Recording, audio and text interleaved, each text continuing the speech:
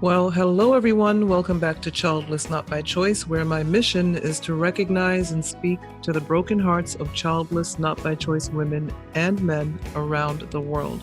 Civilla Morgan here. I am spreading the great news that we can live a joyful, relevant, and fulfilled life, although we could not, did not have the children we so wanted. Before we get started here, I have a couple of people I'd like to shout out, my Patreon contributors.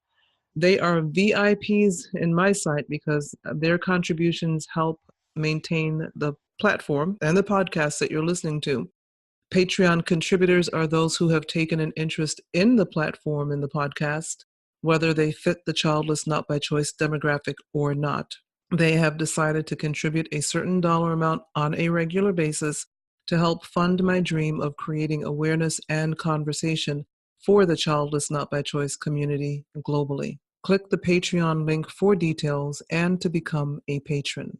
And so I'd like to thank Jordan Morgan, and I would like to thank Ivy Calhoun for your monthly patronage. It is truly appreciated. Thank you so very much. And there is a third spot there for your name. It says your name here.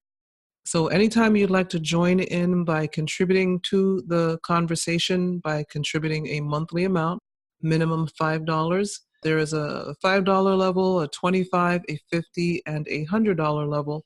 Whatever you think will help create conversation globally for and about the childless not by choice demographic, you are more than welcome to make that contribution. If you have any questions at all, feel free to message me, but the link is in the show notes to the Patreon site. It's www.patreon.com/childless not by choice. So thanks again to Jordan Morgan and to Ivy Calhoun. Well, I would also like to at this time welcome my guest for today's episode. And so let me go ahead and say it now. Welcome to episode 105. And today my guest is Mrs. Pamela Mahoney Tsigdinos. She is an author, blogger, and women's health advocate. She emerged as a reluctant spokeswoman in 2008 after a health reporter from the New York Times asked if she'd be willing to openly discuss her infertility experience. Pamela discussed the stubborn persistence of the infertility condition and the lack of a cultural framework to process the losses associated with being childless not by choice. The New York Times feature story that resulted produced astonishment and relief that someone candidly addressed the trauma of failed IVF and legacy of infertility. Soon thereafter, she wrote what became an award-winning book called Silent Sorority. It became the first memoir on infertility not authored by a mother. Pamela's writing explores the complicated, disenfranchised grief and identity issues that accompany involuntary childlessness. Now, more than a decade outside of the grief she once felt so viscerally, she educates and writes about the false promises and limitations of reproductive medicine and the personal and social impacts that accompany failed IVF. She is the co-founder of the grassroots initiative reprotecttruths.org. When she's not researching and writing, she enjoys discussing history, indie films, documentaries, politics, current events, and literature with extended family and friends. Welcome to the podcast, Pamela. How are you doing today? Wonderful, Civilla. Thank you so much for inviting me to join you. I'm so happy that you are here. As I read the end of your intro here, which I had, of course, read before, but I read it again this time. And this time I was like, wow, she discusses politics with extended family and friends. Well, in recent times, it's become a little more muted, but from time to time, I will venture there. I know. So it's just a joke. I'm thinking most of us are just very muted right now just to have peace in our lives. But at any rate, peace is a good thing. Exactly. It very much is. So once again, welcome to the show. So happy to have you here. I cannot wait to get started because I know that your brain is so full of wonderful information just from having, spoken to you in the past, that I know that you have a lot of great content to contribute to the podcast, to the listeners. So without further ado, I wanted to get started with the first question. And it's a little bit of a commentary. I just wondered, as I read one of your blogs, your articles, I read that childless, not by choice women, quote, have more time to confront our feelings than the mother who is busy raising or trying to have kids, unquote. And that statement made me a little nervous, as I've always believed that when we have too much time to think, we can go to some dark or negative places. And sometimes that's good, as going to those places can help a healthier mind process and bring thoughts back to a good place, resulting hopefully in a more positive outcome of our processing. But what do you say to the woman who is still grieving and maybe not quite dealing with negative thoughts properly? Well, I would say a few things. And I think at face value, that statement could rankle some folks, and I understand why. I don't want to leave the impression that we have lives that are uncomplicated or leave us too much time, because we are all very busy, very active, very much engaged in our communities and in our extended family. But I think what's really important, and this took me a very long time, and I hope I can shorten it for others, to recognize, is that negative emotions get a bad rap in a lot of cases. One of my all-time favorite films is one called Inside Out, which came out several years ago. And the producers actually consulted with a number of psychologists to really get it right. And for those who've not seen the film, I'd recommend it. It's actually animated, but it's got a lot of adult messages along with it. One that really took me by surprise and also helped give me an aha moment was that the emotion of sadness is actually an organizing emotion. Mm. And we tend to try to mute sadness, to turn it away, to not dwell on it, because it does bring up a lot of very heavy and sometimes very difficult emotions that also are accompanied by anger and a number of other emotions that typically are categorized in the negative space. But if we really do sit with those emotions and try to understand what is causing and what is the prompt, it can actually help us to unwind and maybe move through some issues that we have parked, basically because we just don't want to confront them. Right, because I mean, it is an emotion. It's part of our makeup as human beings. So we can't ignore it. We can't ignore the negative side of things. And we do need negative and positive to make things work properly. It's just, how do you deal with the negative? Because negative can seem so negative. It can. And in that sense, it does sort of turn the conventional wisdom on its head. What I found was oftentimes when I was feeling my saddest or feeling a little disgruntled or somewhat angry, if I actually did sort of work through it, sit down and understand, what is this trying to teach me? What am I not seeing? And how can I both embrace it, sit with it, and learn from it? And what I discovered was the more that I sat with my anger and my sadness, the more I was able to release it, because I was able to recognize, yes, I hear you, anger. Yes, sadness, I'm with you. And once I recognized and accepted the emotion, I was able to dissipate it. Right. So that's most likely, and I'm trying to stick to this point because I really want to get to the woman who I have spoken with time after time who is just not dealing with, and I don't mean this to sound negative or as if I'm denigrating anyone, but we have to be real, especially in this demographic, with the fact that there are some women who are just not dealing well, no matter what Yes. you say or do to try to encourage them. They are just feeling that their lives are over because they couldn't have children, and there's nothing anyone can tell them to make them feel better. Even counseling is suggested at certain points with certain women, depending on where they are in their journey, because they're just not feeling that there could be a positive outcome after hearing that they will not be able to have children. So I guess the And reason I'm sticking with this is, yeah, I'm just like, what do you say to that woman? well, first of all, I would say to that woman, I am you. I really lived that experience, and I lived it for a very prolonged period of time. I had friends and people who had lived in the world of counseling who would dance around and try to help me to work through it, to express it. And I literally shut them out. I just did not want to hear what they had to say. I felt that they did not in any way, shape, or form have any real deep understanding of what I was living with. And I realized the more that I shut people out and the more that I put myself in this very bunker-like mentality, the more I made myself even that much harder to reach. And it was unhealthy for me. Somebody once told me, and again, these are all very academic, and when you're thinking and hearing about them, when you're in that visceral moment, it does frustrate and make you angry, and you want to say, look, you want to shake the individual and say, I can't get you to understand why what you're saying is so infuriating to me right now.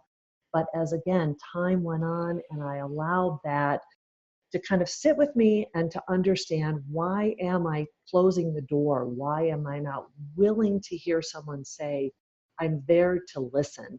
And I think listening is a very important component to this. Yes. First of all, we have to have the freedom to speak our truth. Sometimes our truth is really painful to hear. Sometimes our truth is really not very pretty. But at the same time, if we are heard, that allows us to continue to work through. So I think it really becomes a two-way street. When someone says to you, you can have a joyful life, that can feel like a slap in the face. Yeah. But if you say to that person, tell me why, and I'm here to sit quietly and listen, you're able to articulate maybe some of those things that have not really been well processed by me personally and others. Hmm. Interesting. Okay. That's a great take on things. And I really wanted to extend that question for the woman who is listening, who is just not there yet and just feels like she'll never be there and it's not fair, the end. So thank you for really expanding on that. And I want to say to that woman, I hear you, I know you, and you'd be amazed at our kindred spirit. Yes. And amazed at the journey, if you stay on the journey, where you can get to, because you're not that really that person anymore. You're, correct me if I'm wrong, but I'm thinking you're a totally different person now. And that took time and journeying and, just like you said, facing the negative thoughts and feelings as well as the positive. It was a lot of work, and I don't want to mislead people into thinking that it's as simple as turning off a light switch, going to bed, and waking up a different person. Mm-hmm. It is really agonizing at times, and I have always described it as a non-linear path. Mm-hmm. There will be days where you're taking a couple steps forward and big steps backwards, and you have to, again, keep it all in context. And I would just growl at people who would tell me, give it time. And I would say to them, I don't have time, or I'm Mm-hmm. tired of waiting. And that sense of futility is a really difficult thing to have to work through. Yeah, that time thing. Women know that we have this biological clock thing we have to deal with, and then people are talking about give it time, and that's before we realize that we can't have children. And then after we realize we can't have children, then we have to hear about the time again. And it's just, yeah, that can be really annoying. So, Well, and I will say there is one added wrinkle, which may sound really obvious at the surface, but it took me a little while to appreciate this. mm-hmm. And for women who live monthly cycles, there is a built-in reminder. Mm-hmm. And this may sound really odd, but I found once I went through menopause, that reminder went away. And it really did give me a little more runway to sort of move in a forward direction.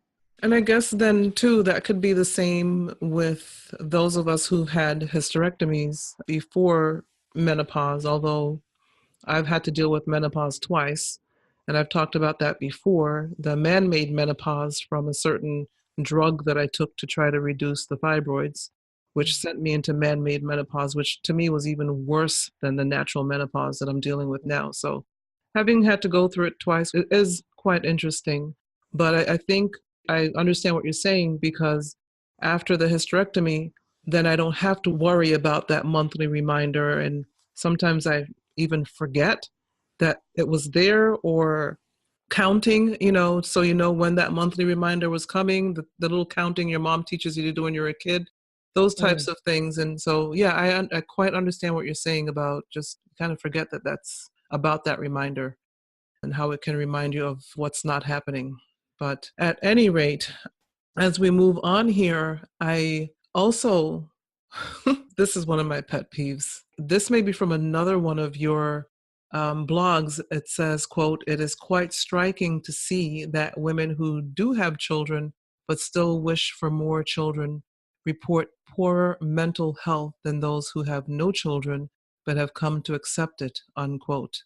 And oh, I think I put in here, this is a quote from your blog, "Fess up, what are your blind spots?" And as I read the article, I thought two things.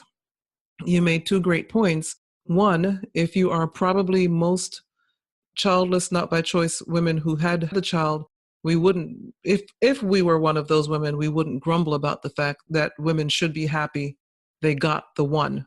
I think I bumbled that, but I think my point is, if we were one of the women who was now grumbling that she only got one, we wouldn't, we wouldn't see the unhappiness. The other point is, maybe this will help it make more sense. Human nature tends to maintain a level of loss if we don't get everything we wanted, i.e., the number of children we really wanted, not just the one. So I said I would be honest. One of my biggest pet peeves is to hear a woman murmur about not being able to have more children. I always want to say, are you kidding me right now? It's totally one of my biggest pet peeves, if not the biggest one in this childless, not by choice demographic and area of life, is for people to grumble about not getting all when they got some. And I remember thinking about this just in the very obvious context of, if you're looking at a pie and somebody gets a slice and you get none, you think, well, you were able to taste something Right. that we were denied completely. And so there is a very interesting layering. And I didn't fully appreciate this when I started in the blogging world, that there were many subcategories of women who were dealing with loss and grief associated with children they were unable to have. And one individual actually put together a pretty cogent piece about the pain Olympics and who gets the gold, bronze, and silver. And when we started to realize that we're all in this painful period of dealing with loss, that we can get hung up with, who has more loss than someone else. Yes.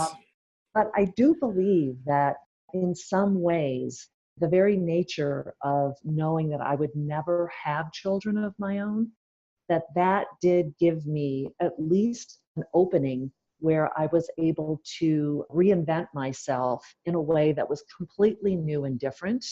Whereas I have had women, friends and others, who have had one who would have liked to have had more, and they're sort of stuck in limbo because they have all the demands of being a parent and at the same time really envision that they would have a larger family. And so they're not able to identify fully with the kind of woman like us who never had the responsibilities day to day of raising children, but at the same time feel that sense of, hey, I'm in this already.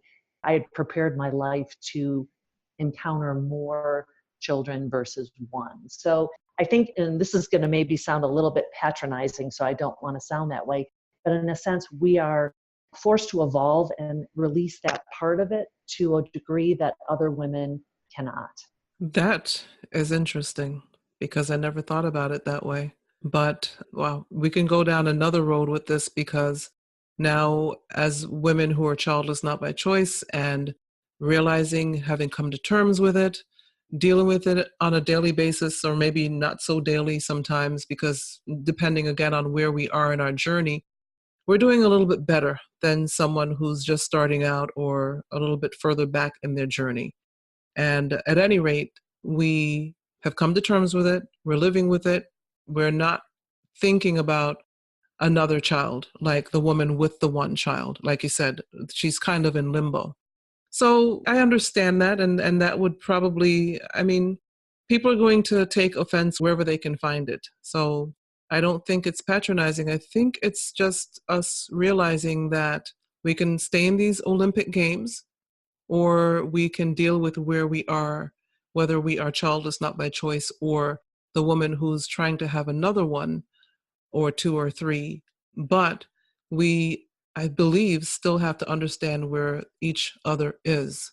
And Yes. that's kind of what I talk about on this podcast a lot, is the childless not by choice woman is not the only one dealing with things. We're all dealing with issues and worries and problems, but just in a different way and different worries and problems. We just have to be able to see each other.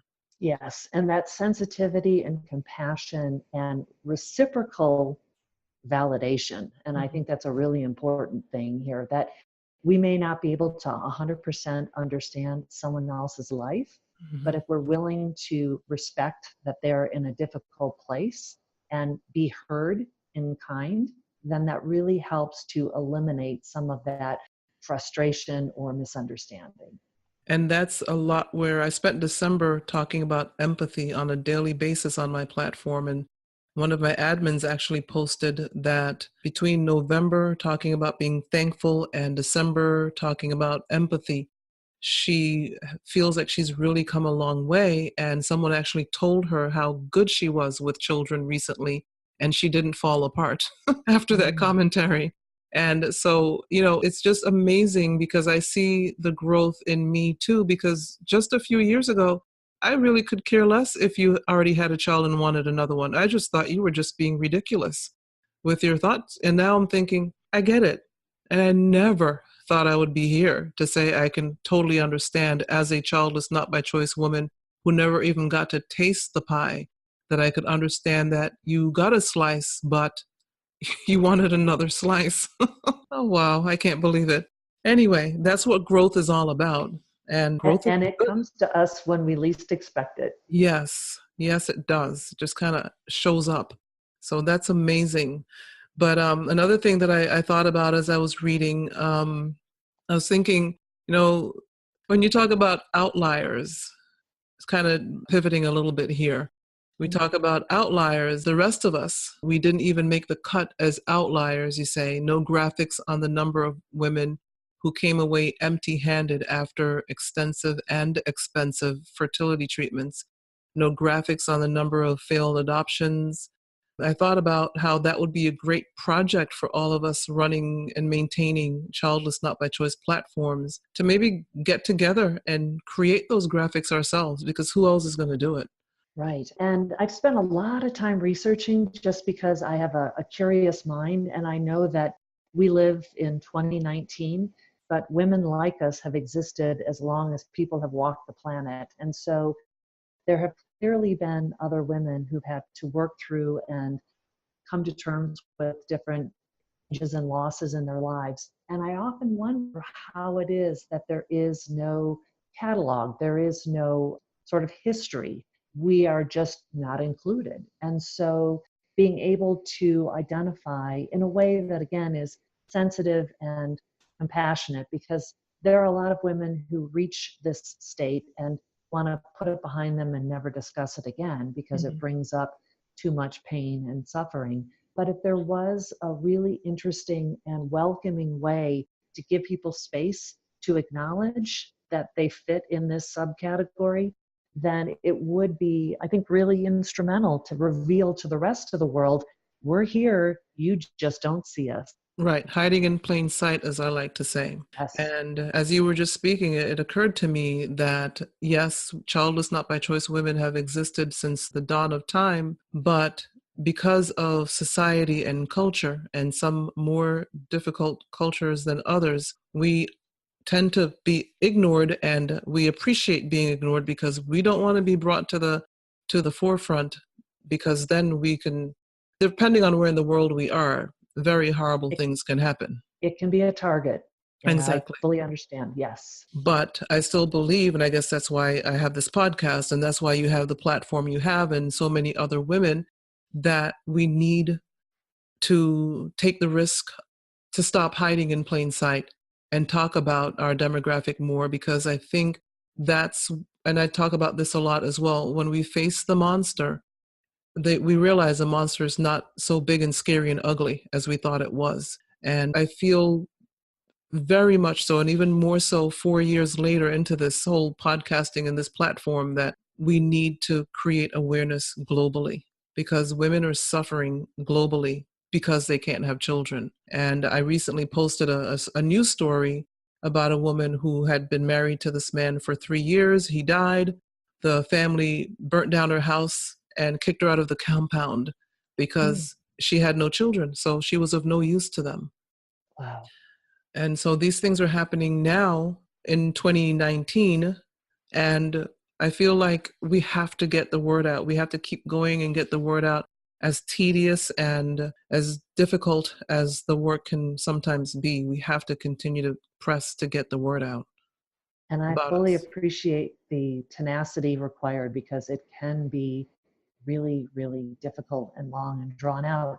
I think the other thing that I've taken away from the last, several decades of thinking this through Mhm. is that we provide an interesting new leaping off point for the next generation of people who will end up walking in our shoes. And Mhm. by that, I mean, the more that we can be open about some of the difficulties that we are going to experience having lived what we've lived through, the better prepared the next generation will be. And so, in the same way that whether it's a coach or a mentor or some, really wise person who's come into our lives has helped prepare us for different life transitions, when it's time to separate and move out on our own and, maybe start a new chapter in our lives, whether it's a new job, whether it's moving to a new place. People explain to us, you're going to go through some transition. There Mhm. will be some bumps along the way. Because we've had that sort of grounding, we're not surprised when we wake up in a new place and we feel a little lonely, or we're not perplexed when we start a new job and we're feeling overwhelmed because someone had warned us, you're going to face this at some point. So we come with tools. We have a way to work through it. Exactly. And that kind of leads to my next point or next question, where you talk about how there is no welcome to the club kit for childless, not by choice women. We get to see the rites of passage, but we don't get to partake. And so, what do you think we should do instead? What is our rite of passage, and passage to where? And I think you Well, meant about like women now in our age group becoming grandmothers. And so, that's a next step we're going to miss as well. There was a little bit of maybe snark or irony in my welcome to the club thing because I can recall my own experience that I didn't want to join this club. And so it's one thing when it's something you seek, it's another when you feel like you've sort of ended up playing musical chairs and you didn't get a chair. And in that regard, I think that there is something to be said for the consolation prize and knowing that while it may not be everything you wanted, that you are not alone, that there are others who relate and understand and can be with you and understand your existence in a way that you might not have expected. For me, and again, when I started blogging 12 plus years ago, there wasn't a Civilla podcast. There wasn't a lot of pathways for me to find my sense of community. And as a result, it was very lonely. And Hmm. it felt like I was doing all of the heavy lifting with nobody there to accompany me or to help me find my path. So I think every little thing that we do gives someone some sense of identity and a sense of sisterhood Hmm. that we wouldn't necessarily have been able to manage some of this without. Very true. And we may get to see it as the next generation comes up, or we may not, but we did help to create a path. And that's something I'm going to bring up in a little while when I ask you about Eric Erickson's generativity versus stagnation Yes. stage. So, but before we get there, the article that you wrote about Prince Harry, where he says to bury your grief at your own peril, basically. Mhm. And I read about how you met some new neighbors, and they asked, of course, the question we all get. So, do you have children? Or some people even jump to, how many children do you have? Because still, people are assuming that everyone has children. It just boggles my mind sometimes how 25% of women are suffering through infertility or don't have children. That's a quarter of the population. And Yes. people still assume that every woman has a child. It just amazes me. But at any rate, I found myself thinking how far we have come as a society to be able to talk about our childlessness, but how far we still have to go when people are still using that old tired line of, well, you can have one of mine. And so I just wonder if you think we've only scratched the surface. And you kind of answered it in the previous question where you said we are setting things up for the next generation. But I still would like to know, where do where you think we are on the timeline, whatever the timeline is. Have we only just scratched the surface in 2019 to create awareness about us, or are we further along than we think because we're in the trenches?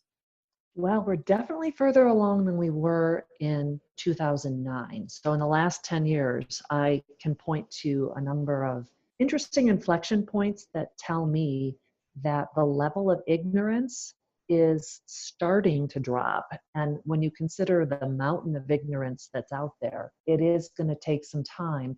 But I do believe and it's not easy, I don't do it every single time, but if I'm in a good place and Mhm. I think that the person is willing to hear what I have to say, I will very matter of factly just nicely say, please, for the next person who may get this question, I'd like to let you know that that's a really difficult and sometimes painful assumption that I would encourage you not to make again. And so my recommendation to anyone who's meeting somebody new, because we don't know if they have children, if they don't, if they're married, if they're not, if they've lost a spouse or someone very close to them, a partner, then the first thing I say when I meet someone is, tell me about yourself. Hmm. Because in a matter of moments, you will learn what their comfortable boundaries are. If they want to talk about something that they feel really passionate about, it could be a cause, it could be a project, it could be art, it could be a hobby. Giving someone open space to take the conversation in any direction they want to immediately puts them at ease. So saying, I'd love to learn more. Tell me about yourself. Really does give both parties a chance to learn about each other at their own pace. I love that. Tell me about yourself. That seems so sincere and just so inviting and open. I'm going to use that. I really like that. It's a wonderful icebreaker and can sometimes take you in places or in directions you wouldn't have expected, but Mhm. it really does open up a much more interesting conversation. And then even if the person doesn't tell you about their status, i.e., children or not, husband or not, spouse or not, or whatever, you can find out about that later if you need to, because really it's not the most important thing about a person. I mean, maybe I'm saying that because I'm childless and husbandless, but if people who have spouses, I've noticed this throughout my life, if you have a spouse, that person is going to come up almost immediately.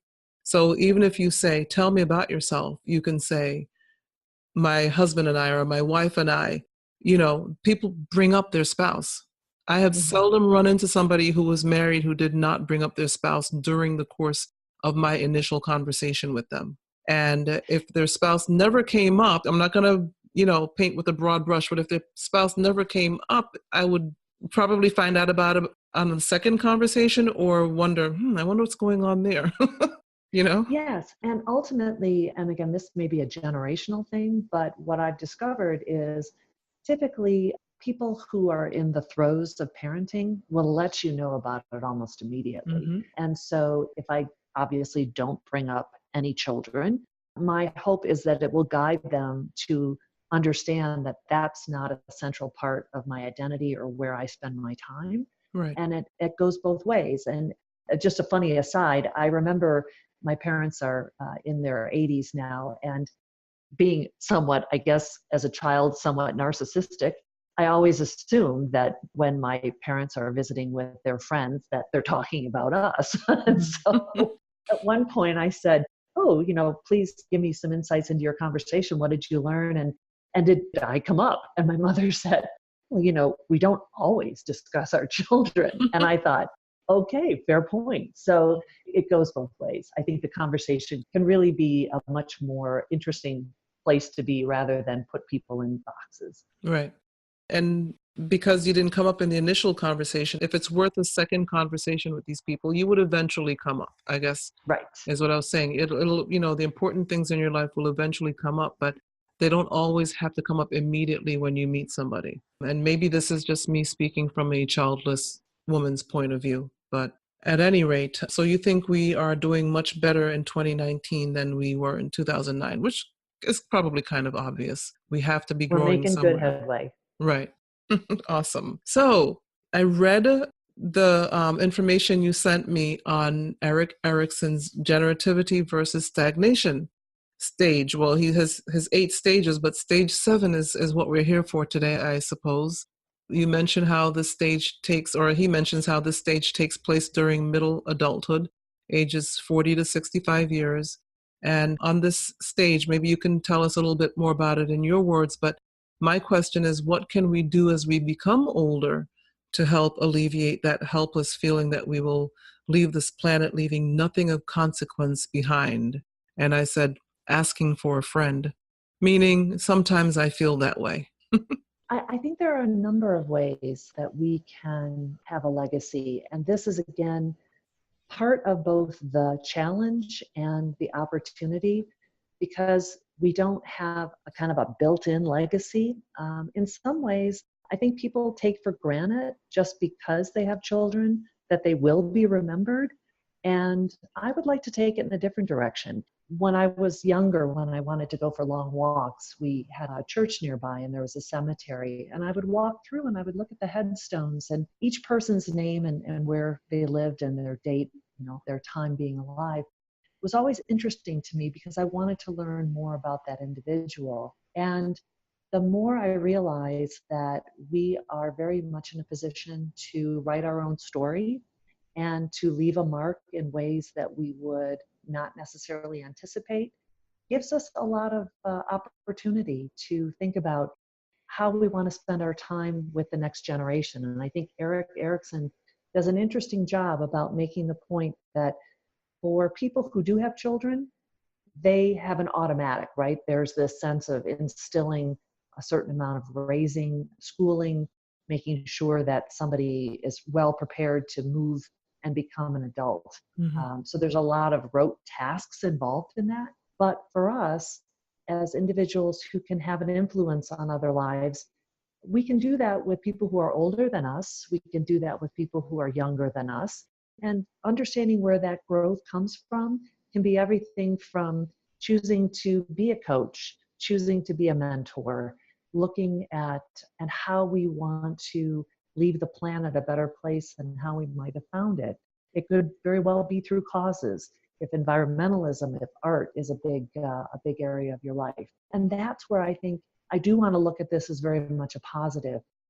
And this happens both to parents and non-parents. Mm. If you choose to shut yourself down, if you choose to stagnate, if you decide there's nothing more for me to learn, then I actually feel sorry for that individual, whether they were a parent or not, because they have chosen to decide to close off their curiosity.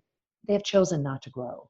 And I think that that is a very sad state of affairs. And so I would encourage anyone who's feeling like they're stuck to think about opening some new windows and doors, and think about, it may not be an immediate epiphany of where you're going to go, but just the idea that you can open a door or open a window gives you permission to move through it. And you may not get immediate results either. Sometimes, especially if the doors and windows have not quite been opened before, and others may think, well, suddenly your doors and windows are open. They may just wait to see if you are serious about what you're doing or not. So for those listening who are thinking that, maybe this is the new year, maybe I should just go ahead and be more open and more welcoming, just give it time. Here we go with that time thing again, but definitely give it time to take, and for those around you to realize that you are serious about being a little bit more open. And I know that may be a little bit more difficult for those of us who are introverts, but as a diehard introvert myself, I believe that even having this podcast is my way of creating and having those open doors and windows. So no excuses about intro or extrovertedness. Just, if you're thinking about opening those doors and windows, like Pamela says, please consider it, because there are a lot of people out there who need us, whether we think we have anything important to say or not. There are 7 billion of us and counting on this planet. We can all fit in somewhere. So I really Well believe said. that. Yeah. So as we come to a close here, Pamela, is there anything that you feel like I missed that you'd like to make sure to get the word out about? Because we have people listening from all over the planet. I'm so grateful for that, but it's true, it's happening. People are listening. I think one thing that really strikes me is that we live in a very difficult time to educate. And the reason I say that is prior to 1960, there was no real recourse for women who had biological inhibitors to having children, and this goes for men as well. And there was a sort of a place in our culture where somebody would say, did that person have a family? And there was an understanding that no, they were unable to have their own children. And there was, to me, a kind of a cultural acceptance around that. There was an end of the sentence, so to speak. And today, with all these new technologies that are being heavily promoted, heavily marketed by IVF clinics and other advances in science, it has really created this limbo state because there's an assumption, there's an ignorance about how difficult and how limited those technologies really are. And so the idea that somebody could close one chapter and open another and move forward in a way that does not involve parenting, in some ways is not available to us. So we have to continue to let people know that these are very limited technologies. And I think especially now that people have this great belief in the advancement of science, it does not give us permission to let people know that those technologies didn't work and that there's a new opportunity to move in a new direction. So I would say there's a lot of work to be done setting expectations about what is possible and what isn't, Mm-hmm. and giving people permission to close the door to intervention. The hardest thing for me was letting go of Mm-hmm. seeing more doctors because ours was an unexplained infertility. If they had told us flat out, just ain't gonna happen, I think it would have maybe given me permission to end and move in a new direction sooner. I may have to do a whole separate episode on this and maybe even do a group episode because this was discussed in a previous episode about knowing when to just say the end to trying. And Yes. again, those of us who are childless, not by choice, are all here from different places. Some are through IVF, through unexplained or a failed IVF, unexplained infertility, fibroids, adenomyosis, endometriosis, miscarriage, et cetera, et cetera. And so we all get here from different paths, I guess is what I'm trying to say. But for those who had an opportunity to try, and I'm saying that because in my case, I was just waiting for Mr. Right to show up. I did consider IVF and I did consider adopting, and I tried adoption twice, but it didn't work out.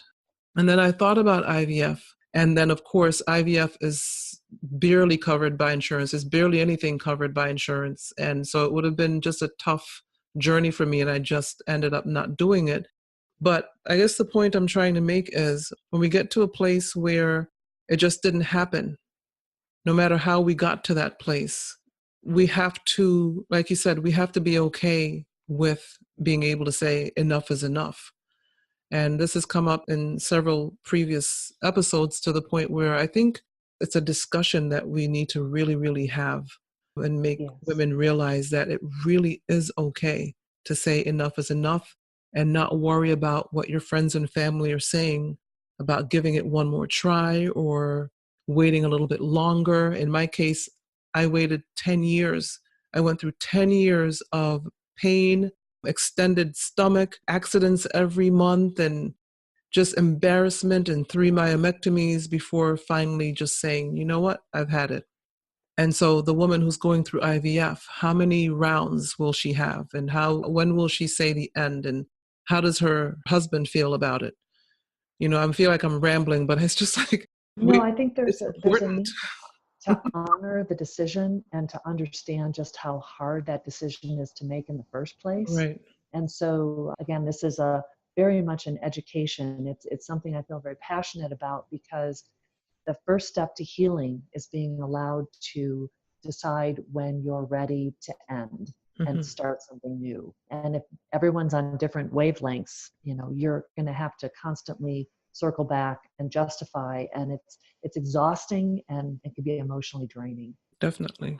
Well, thank you again so very much for taking the time to record this episode with me, Pamela. I've gone ahead and put links to your blogs in the show notes, and I actually put the clip about Erik Erikson's generativity versus stagnation information in the show notes as well, because I really found it intriguing. So for those listening, please check out the show notes. It's always chock full of information, but definitely check out the information on the Silent Sorority, which is the book that you wrote, Pamela, and the blog, Silent Sorority.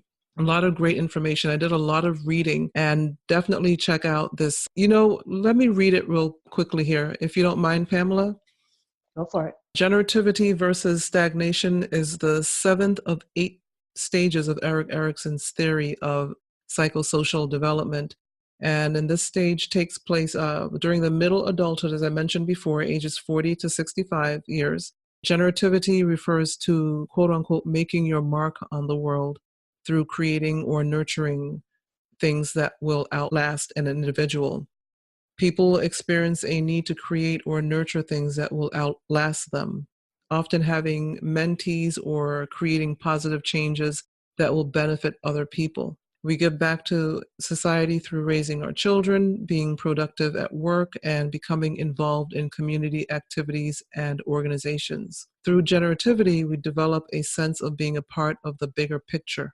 Success leads to feelings of usefulness and accomplishment, while failure results in shallow involvement in the world. And you mentioned that earlier. By failing to find a way to contribute, we become stagnant and feel unproductive. These individuals may feel disconnected or uninvolved with their community and with society as a whole. Success in this stage will lead to the virtue of care, unquote. And I read that so many times as I was doing my research, because what I felt like as human beings, we do want to give back. For the most part, we want to give back. There are some very mean, ugly people out there. We know this. But I Sure. think for the most part, the average human wants to give back and be helpful and to help others. And whether it's their own children or just going into a nursing home and singing to the residents for a little while, and, just whatever it is that we can do to give back. So this really touched me quite a bit, obviously. And I would also add that, we would like a seat at the table. And for many years, and this circles back to the beginning of our conversation, we have felt like outliers. We have felt like we have not had a place set for us. Right. And to help, the rest of the world understand that the stereotypes that exist out there are, not altogether representative of us, and in fact can be very, very narrow. We want to blast through those stereotypes and get a seat at the table. Right. We are not a collective. We're a demographic, but we're not a collective. And we deserve a seat at the table. Very well said. So I want to thank you once again for joining me, Pamela, and to everyone listening. Thank you so much. Please do check out the show notes, as all of Pamela's information is in there. I'm telling you, I just love listening to how she has brought everything that she has learned together, and so beautifully and eloquently and so calmly. And you see it through her blogs. You see her personality in her blogs, and just, as you've heard her here today. So please do check out her information. And Pamela, thanks once again for joining us. I appreciate it. It's been a joy, Civilla, and thank you to all your listeners. Thank you. Thanks, everybody. Until next time, see you later. Bye.